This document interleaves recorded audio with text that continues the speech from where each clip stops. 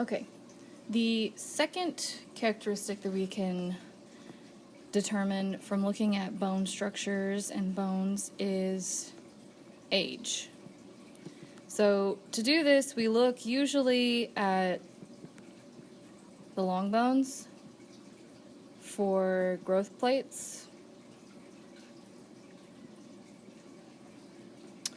or we can look at the skull for fusion.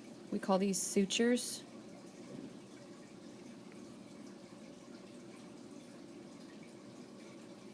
We look at joints, which is the space in between them.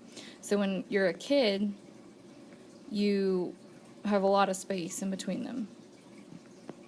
And then we look at teeth, and we know that you lose teeth at various stages of your life, of your young life. So we're gonna look at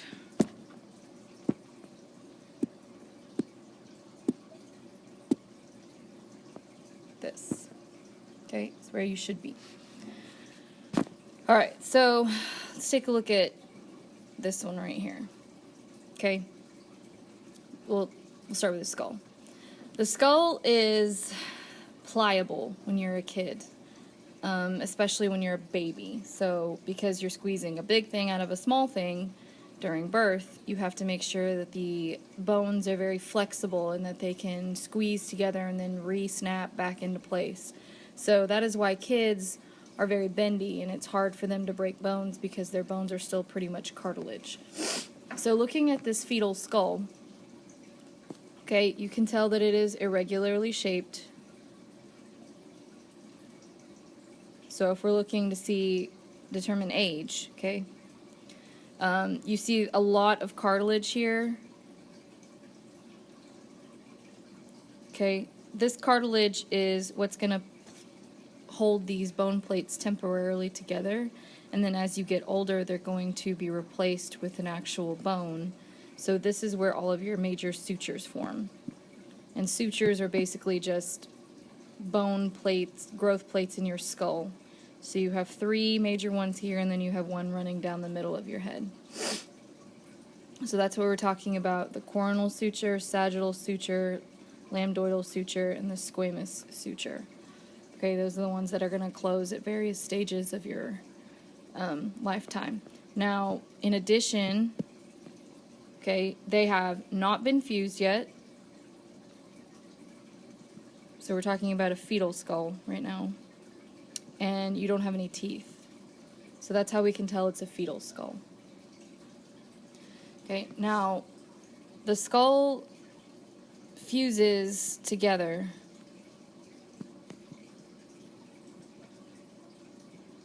at various ages, so stages of your lifetime.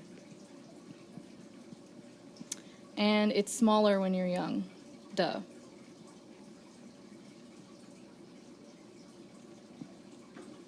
Okay, so you can see the difference here between the fetal skull and this skull right here. Okay, an adult skull, number one, is going to be regularly shaped and proportional, but you can see that when we look at the proportions of this skull, okay, the face takes up approximately half the size of the fetal skull, and here the face takes up approximately 3/4 of your face, of your skull.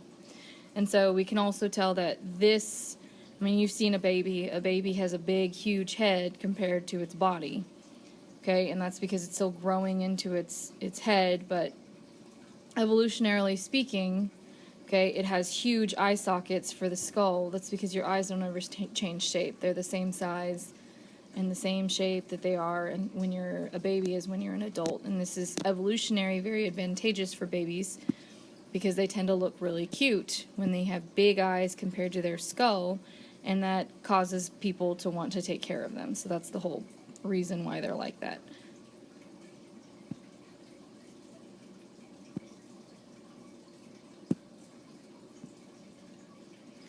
Okay, so when we look at long bones, okay, you can tell, we're going to use this picture right here. Okay, long bones will have growth plates.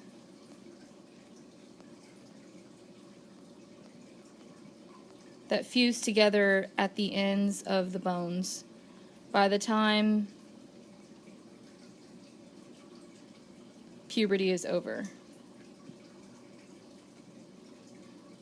So taking a look at these x-rays here, you can see that a child's hand, you can see a lot of space in between the joints here, and that is because their growth plates have not fused together yet, versus an adult's hand. So you see, like, you don't even really see very much of a wrist because those bones haven't developed all the way and hardened yet.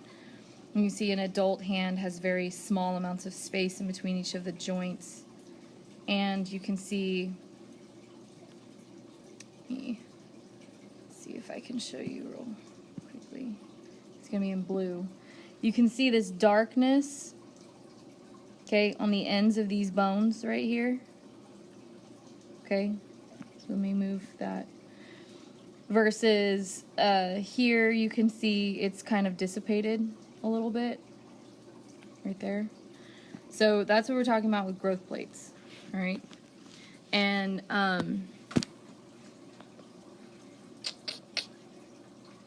you know, they're going to have various bones. So we typically look at the femur, the humerus, the tibia, the fibula, and then joints around here that can tell us the stages of adult versus child or child versus teen.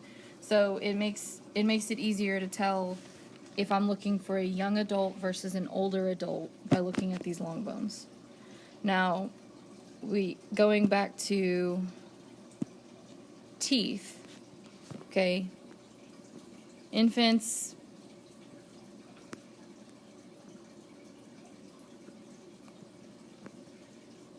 and toddlers, you know, have baby teeth that they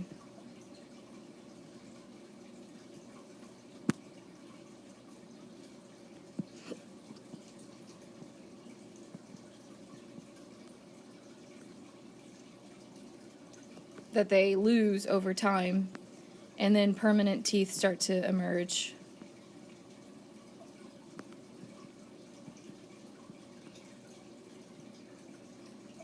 From underneath, okay? So take a look at this picture here. You can see their teeth of an adult, and then underneath, this is where those teeth were stored while the teeth of the baby were being formed and pushed out, okay? So it's just another way to determine if it's a child or an adult.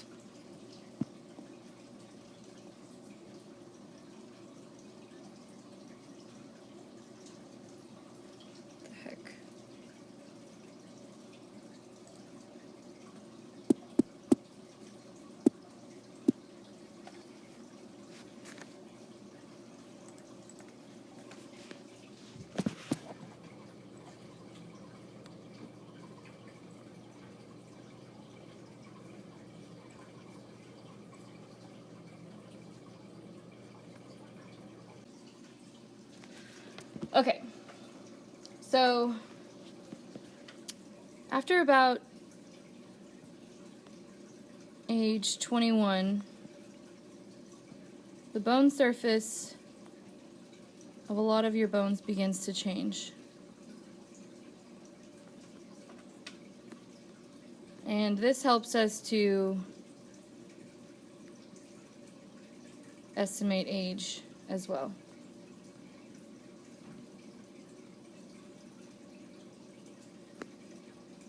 Okay, for example, your pubic symphysis, this picture right here, okay, is this piece right here. Okay, so the ends of the pubic symphysis and the ends of your ribs are actually going to change as well. They go from, so we're talking about ribs and pubic symphysis.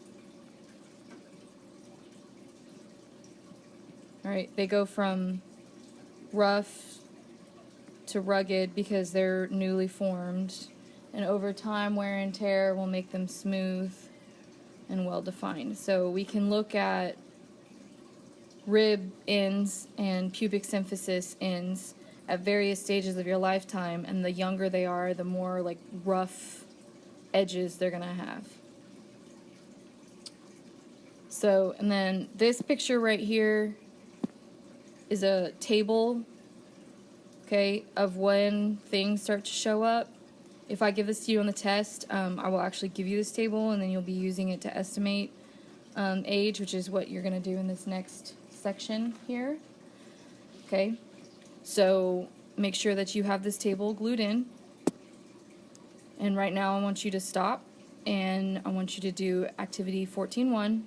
When you're finished with this activity, you will need to take the age estimation check online.